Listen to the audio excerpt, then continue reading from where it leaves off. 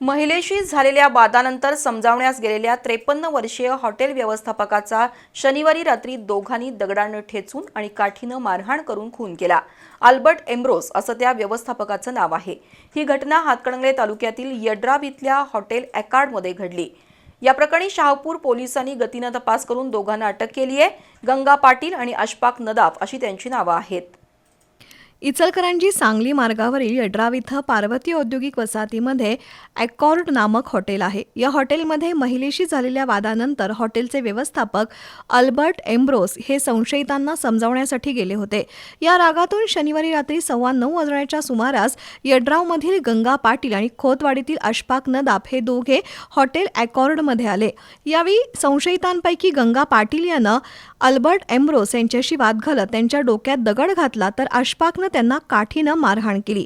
हॉटेलमधील कामगारांनी त्यांना सोडवण्याचा प्रयत्न केला, मात्र गंभीर दुखापतीमुळे एम्ब्रोस जमिनीवर कोसळल्यानं संशयितांनी पलायन केलं। या प्रकरणी हॉटेलचे मालक प्रसाद शेट्टी यांच्या फिर्यादीनुसार संशयित दोघांच्या विरोधात गुन्हा दाखल करण्यात आलाय।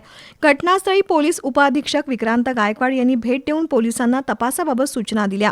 त्यानुसार शहापूरचे पोलीस निरीक्षक गजेंद्र लोहार यांच्या पथकानं गतीनं तपास करून संशयित गंगा पाटील आणि अशफाक नदाफ या दोघांना अटक केली आहे।